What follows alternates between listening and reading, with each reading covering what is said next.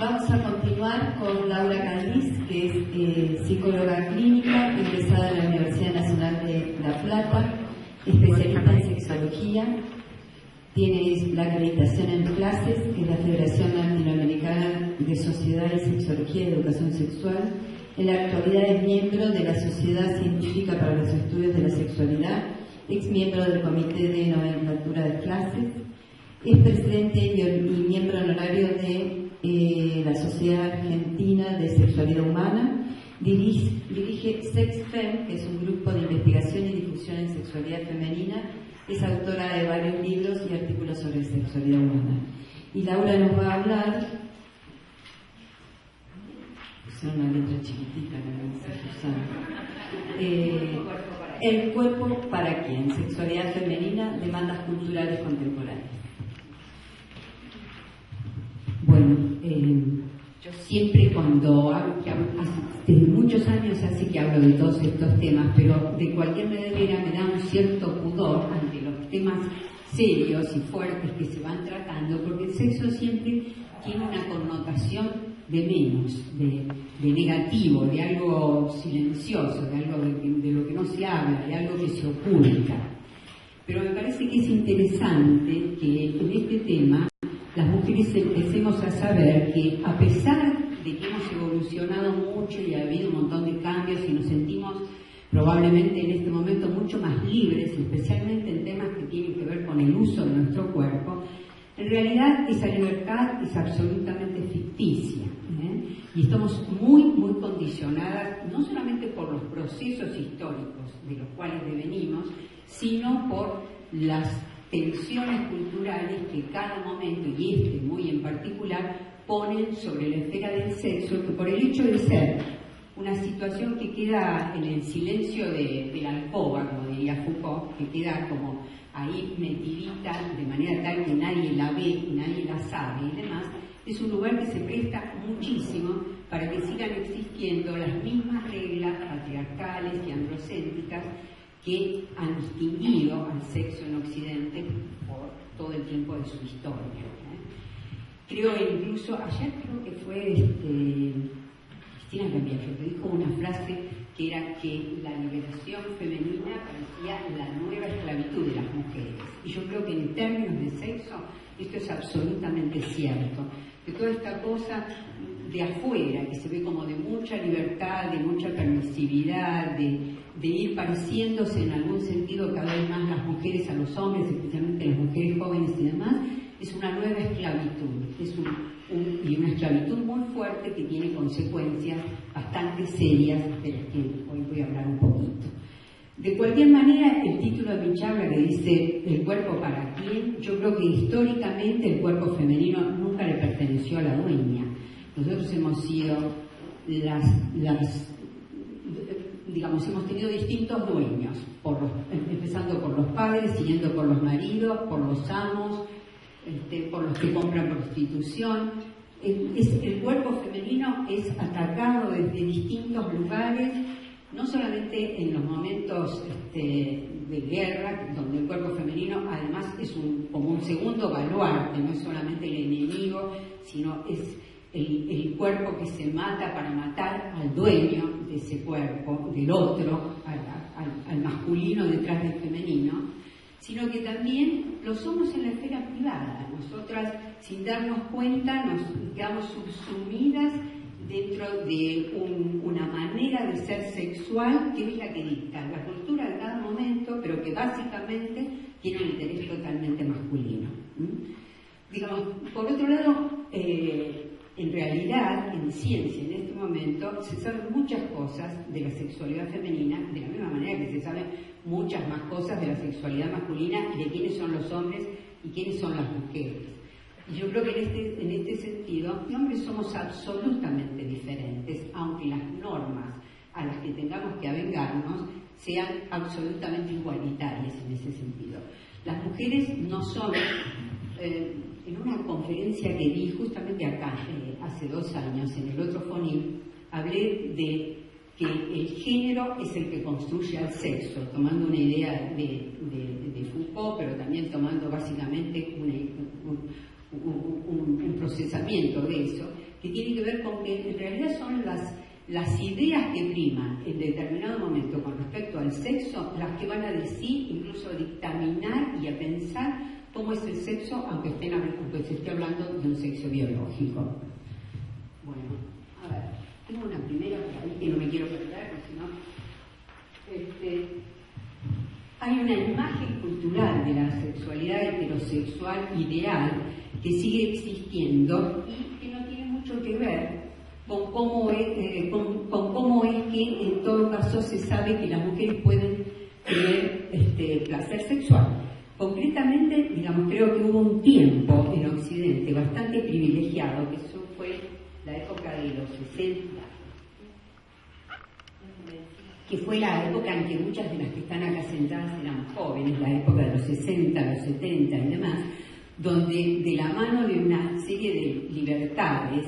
sexuales, pero de libertades de expresión y de movimiento y demás, también había una relación más democrática entre los sexos, pero también una relación igualitaria que permitía que las mujeres fueran conociendo una cantidad de cosas con respecto a sí mismas que hasta ese momento eran bastante negadas. Esas son las épocas que se consideran que fueron las épocas mejores para la sexualidad femenina, en el sentido de que había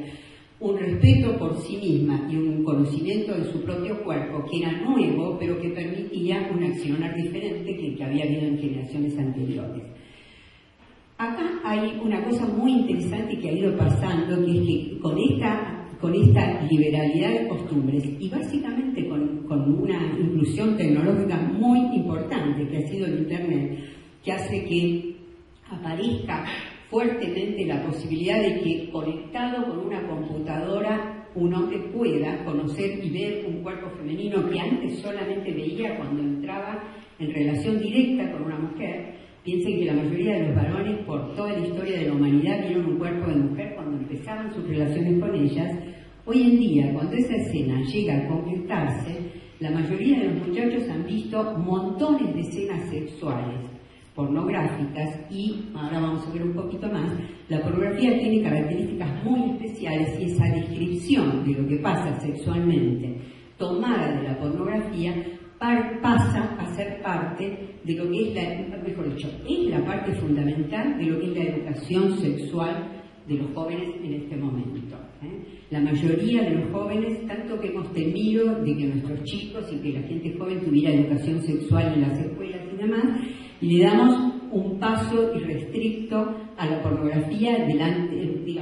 ni siquiera paga, gratuita por internet. A partir de ese momento creo que muchas cosas van cambiando, pero me quiero dedicar a otra cosita antes de llegar ahí, que es en realidad esto que dije hace un ratito, que hay muchas diferencias entre sexualidad femenina y sexualidad masculina, ha sido una cosa muy poco reconocida porque es sobre el paradigma masculino donde se ha configurado la normalidad de lo que debería pasar. Por eso esa frase de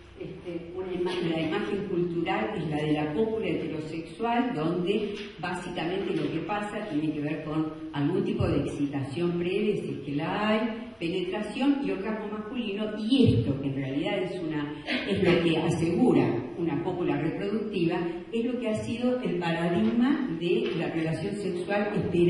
esperable en Occidente. Dentro de esa relación sexual esperable, es muy probable que la mayoría de las mujeres no encuentren ninguna satisfacción o muy poca. Y esto es algo incluso que es como que avergüenza decir a las mujeres, porque hay todavía incluido dentro de su cabeza la idea de que ellas deberían sentir y deberían comportarse como se comportan los hombres en iguales circunstancias. Y esto es bastante diferente para nosotras que para ellos. Quiero mostrar cómo, de alguna manera, voy a dedicar un rato, dentro de un ratito voy a hablar un poco más de la pornografía, pero antes quiero mostrarles cómo, de alguna manera,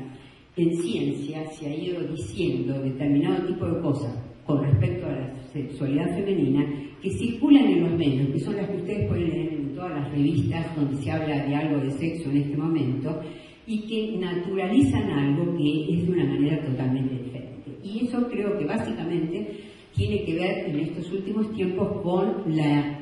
inclusión fuerte de la industria farmacéutica en todo lo que tiene que ver con investigación en sexualidad femenina. Acuérdense que en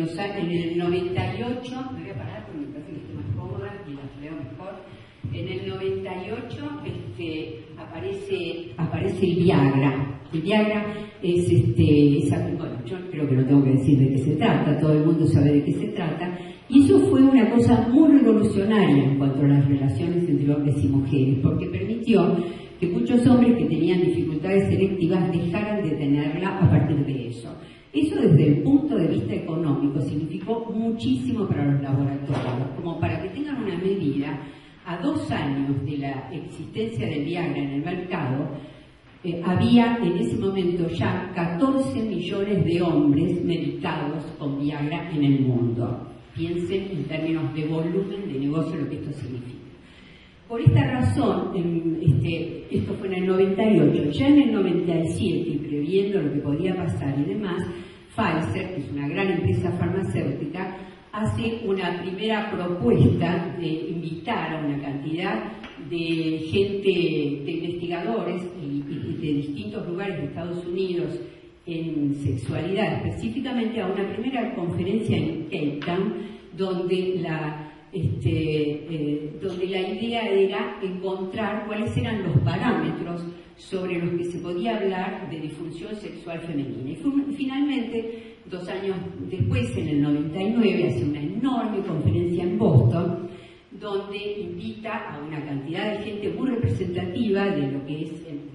la sexología y la fisiología y anatomía de la sexualidad en ese momento, para poner los parámetros de lo que sería llamado de ahí en más, y eso se llama incluso una conferencia de consenso, la disfunción sexual femenina. Dame una próxima que creo que tengo algo acá. Esta disfunción sexual femenina, esta idea de que hay algo que las mujeres padecen y que está basada básicamente en lo que son las 2 consultas más frecuentes de las mujeres, que ustedes las van a reconocer rápidamente. Una es la consulta por las dificultades para tener orgasmo dentro de lo que yo categoricé como la cópula occidental por excelencia, y la otra es la falta de ganas, la falta de interés en las relaciones sexuales. Teniendo en cuenta esto, la industria farmacéutica empieza a proponerse encontrar una droga que de alguna manera cumpla con las mujeres con los mismos objetivos que tenía el Viagra en la situación masculina. Entonces hace esta gran conferencia de consenso, de acá sale esta definición, y es una definición dada por un personaje muy interesante de la sexología en ese momento, que es Rosemary Belson, una mujer, y dice: la disfunción sexual femenina es un problema multicausal, multidimensional, que combina determinantes biológicos, psicológicos e interpersonales. Está relacionado con la edad, es progresiva y altamente prevaleciente, afectando entre el 20 y el 50% de las mujeres. Cuando uno simplemente tiene un dato como ese, que entre el 20 y el 50% de las mujeres están enfermas de esta patología, es un dato bastante sospechoso. Bueno, en realidad la epidemiología relacionada con eso viene de una investigación que se hizo, de una encuesta general del 94 de Laumann en Estados Unidos, que después fue replicada de alguna manera en el 99 y retocada, y de nuevo tomando, ahí había una sola pregunta que tenía que ver con lo sexual, pero tenía 7 posibilidades de respuesta, y preguntaba cosas como en el último año, es decir, en el último año, en los últimos 2 meses, ¿cuántas veces usted o estuvo en alguna vez en una situación de falta de deseo sexual, falta de interés sexual, falta de orgasmo? Bueno, todas estas cosas bastaba con que uno que contestara que sí a una sola, y ahí aparecía como perteneciendo a este cuadro de prevalencia que es altamente sospechoso simplemente por los números. Bueno, y después, esto era simplemente para justificar el hecho de que verdaderamente había que crear algo que pudiera ser, como yo diría, medido de alguna manera y estandarizado como para permitir la creación de un medicamento con este fin.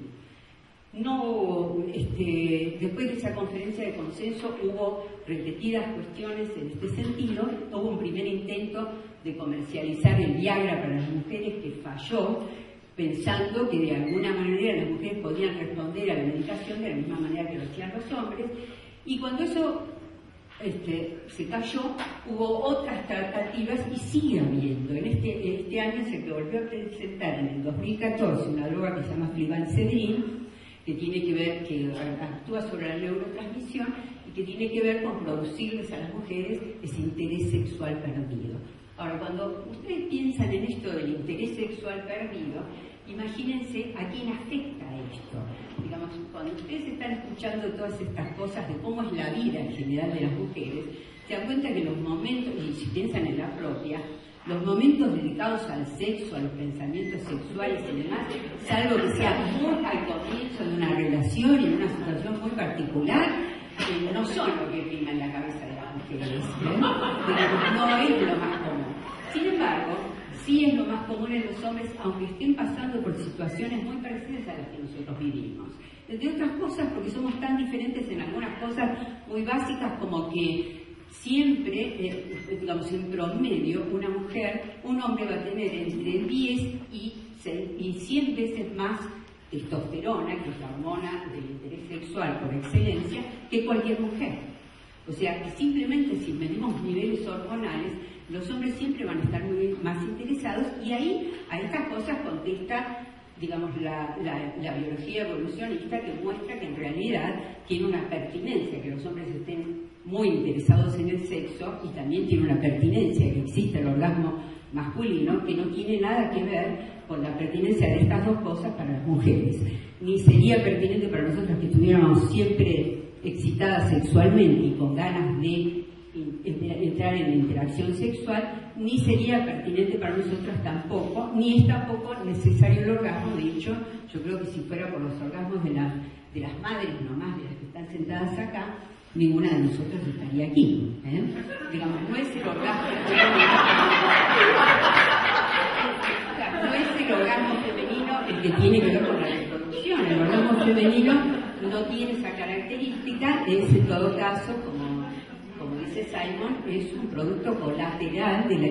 existencia del orgasmo masculino, que quedó como un rasgo, como un resto embriológico que puede ser utilizado y que de hecho es muy disfrutable, pero que no necesariamente tiene la pertinencia de que va a aparecer todas las veces, ni nada de eso, como tiene el orgasmo masculino, que está fuertemente marcado evolutivamente, porque de ahí depende toda la reproducción. Bueno, damos un poquito más porque yo me entusiasmo y me voy para la miércoles. Bueno, no sé si tengo otra antes que esta. Bueno, esta definición, olvídela. Y quédense simplemente con esta idea. La mayoría de las mujeres somos sanas sexualmente, no tenemos ningún padecimiento. Tenemos situaciones que tienen que ver con los contextos donde las conductas se producen y donde las cosas pasan. Y a veces hay situaciones que son más excitantes y más interesantes, y otras que no lo son de ninguna manera, y respondemos con toda naturalidad a un vector o al otro de estas cosas. Bueno, que se inventan enfermedades, ya lo saben, y hay una larga lista de esto. En este momento han aparecido campañas de defensa de los derechos de todos nosotros con respecto a las industrias farmacéuticas. Esa conferencia que yo les contaba de Boston de consenso, ahí estaba patrocinada por la industria farmacéutica, y las conclusiones de 19 disertantes para las conclusiones, 18 pertenecían a la industria farmacéutica, había uno solo que no lo era. Y lo mismo pasa en esa otra definición de prevalencia. La mayoría de esa definición de prevalencia es un equipo de 3 personas, de los cuales 2 pertenecen a la industria farmacéutica y otra es un investigador independiente hasta un cierto punto. Bueno, este señor, que es un periodista canadiense muy interesante, denunció esta manipulación de los criterios médicos en función de los intereses comerciales, y le llamó una palabra que circula mucho dentro de todo esto, que es disease mongering, que es la creación de una enfermedad. se crea, digamos, se convierte algo que es un problema en una enfermedad y a partir de ahí empieza a ser redituable tratar de buscar algo que solucione esa enfermedad. Bueno, entonces acá están las opiniones de otra que también ha batallado mucho contra esto, que es Leonor Piffer, y ella dice: entonces, exactamente, ¿qué es esta enfermedad llamada disfunción sexual femenina? La respuesta depende un poco de las soluciones que se venden en el momento de hacer la pregunta. Si Pfizer está promoviendo una droga que mejora el flujo sanguíneo a los genitales, la condición podría ser mejor descrita como una insuficiencia de congestión vaginal. Si Procter & Gamble está impulsando su parche de testosterona como una cura para las mujeres, el trastorno sexual se explica como una deficiencia de las hormonas. Si Berenguer tiene una pastilla que afecta a los neurotransmisores de la mente, las mujeres con la libido baja pueden tener un desequilibrio químico en el cerebro. De una manera extraña, la enfermedad parece haber sido diseñada para adaptarse a la droga. Bueno, sin embargo, las van a ver a estas, especialmente a esta última, que ahora ya no la comercializaría Berenguer, que salió de la lucha de tratar de encontrar que la apruebe la FDA, que es la Federación Americana que aprueba este tipo de drogas, todas las drogas, sino otra compañía, pero volvió a presentarse nuevamente en el 2014 y la droga se llama flibansedrina, y era una droga que se usaba, que se estaba probando para estudios que tenían que ver con la depresión y que finalmente encontraron que podía aumentar los niveles de dopamina, que es un neurotransmisor importante en toda esta cuestión sexual, que por lo tanto podría ser administrada. Ahora, es una droga de administración de todos los días, o sea que aunque esto esté en el mercado, y seguro que se va a terminar imponiendo, quiere decir que la mujer que tiene ganas de tener relaciones con su marido una vez por semana, cuando él se lo propone, tiene que tomar todos los días esto para que sus neurotransmisores se mantengan en un nivel que, por otro lado, en realidad en las pruebas que se hicieron hasta este momento, no mostró una diferencia muy grande de lo que pasa con el placebo. Sin embargo, el interés comercial de esto es enorme, e incluso aún en las páginas donde esto se discute, aparecen en los comentarios, abajo aparece: y acá se vende en España, ¿dónde la puedo comprar? Hay muchas mujeres que están interesadas, porque, digamos, si esto asegura la posibilidad de que aparezca ese interés sexual, va a haber compradoras, sin lugar a dudas. Bueno, tengo tiempo, bueno, entonces, avanzar mucho más porque quiero, bueno, más. Bueno, esto simplemente es toda la cosa de que, no, un poquito más atrás. Bueno, digamos, la pornografía ha promocionado básicamente una moda que se extendió en todo el mundo y que en este momento está muy arraigada y que acá también se hace, que es que las chicas jóvenes y no tan jóvenes hacen una depilación completa de la vulva. ¿Por qué? Porque la mayoría porque todas las películas pornográficas, no la mayoría, todas las películas pornográficas muestran unas vulvas, les prometo mostrar una sola, pero muestran unas vulvas espantosas que están absolutamente depiladas.